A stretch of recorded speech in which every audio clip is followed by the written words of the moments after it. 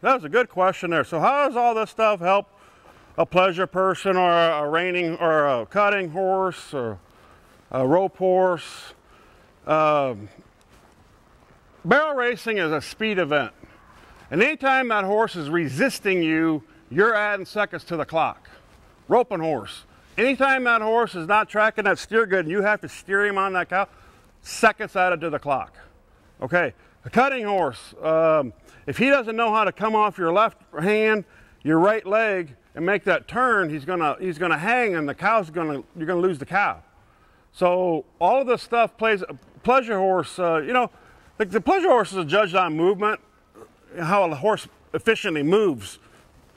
And I'm not a pleasure horse trainer, so I'm gonna probably say it talking about stuff I don't know enough about, but I don't mean to be mean or discredit them. But as far as a pleasure horse, I think a horse needs to go around free moving with collection and And so my deal is I teach him how to move off my legs. There he's moving his hips, he's moving his front end. He's not changing his speed. A lot of times, if you're using them legs, that horse wants to speed up. I'll put my left leg on him, move his body. We're gonna kind of two-track here a bit.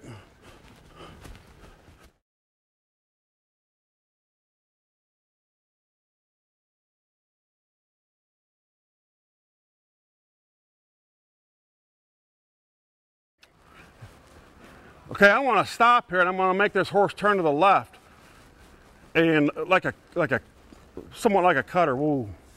So my cow is right here. He's going to turn and go to the left. I can hold this horse in there and get up there. I want to be this horse's head is to looking to the cow, and of course this horse doesn't know what I'm doing here, but he's not resisting me. He's not telling me, no, I'm not soft. He comes with my hand this way.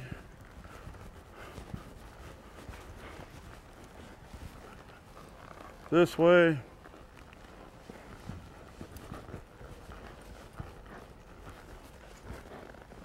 Okay, we can go back like for the pleasure, you know.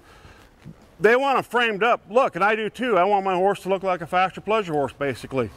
I want his back to round up, so we push their legs on there. I'm very little rein pressure now. A lot of times when I talk in rein pressure, I talk in pounds. You know, how many pounds of pressure am I having to use to make this horse get off my hand, you know? Right now, this horse, I'm probably using less than, I mean, he's good right now. Like almost zero resistance on this horse. And I pick up on him, he just comes right to my hand. I put my leg on him, he doesn't speed up, he just gets his body tighter.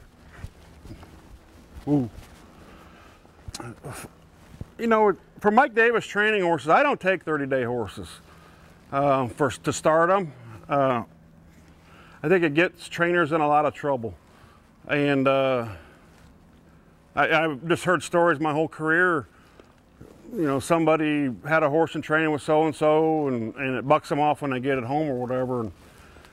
And I like, well, you know, how long did you have it there? And they say, well, 30 days. And I'm like, people don't realize how little you can do. If you got a good horse, yeah, you can get a lot done in 30 days. But if you got a bad one, it takes a lot longer. So at the end of 90 days, which I think every horse, any discipline needs, even if it's just going to be a trail horse, I think it needs 90 days of training. And the clinics that I do and the clients that I have, I always tell them, if we increase their ability 1% every day, in theory, in 100 days, this horse will be fully trained. Well, you know, we all know that's not true. But in 90 days, this horse will be taking his left leads, his right leads. He will be moving his hips left and right. He will be turning left, or the start of the spins, both directions. He will be started in lead changing. He will understand what sliding or stopping is and sliding some. He'll have the basics of Western riding. After that 90 days, like on my fraternity horses, like this horse, every 90-day deal. Every 90 days, you look at this horse and say, all right, is this horse supposed to go on? Is he not supposed to go on? Will the client see the money that they're going to put into him? So it's an every 90-day deal. And like to get this horse to the NRHA fraternity in 2015, we started him in February. It's not all hard riding. It's a very consistent, lengthy program, but this horse will have he'll have a long-term career by doing that. You know, kind of we're hitting on a subject there that's important to all of us as horse trainers. You know, we get these horses riding good and the client goes, oh, I want to take him home and give him time off. Well, sometimes they need it. They really do need it. Sometimes the client is just trying to be nice to their horse, which in turn hurts their horse. Because this horse has been rode consistently, he's in shape, he's feeling good. You know, you can see this horse, his ears are up, he's playing around, he's enjoying what we do. He likes it.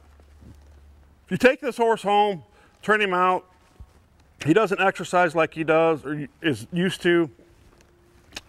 And when he comes back, now he's got 30 days of hard work just to get back in shape again, just to get him back to where he was. And to me, it's a lot of times it's harder on a horse to do that.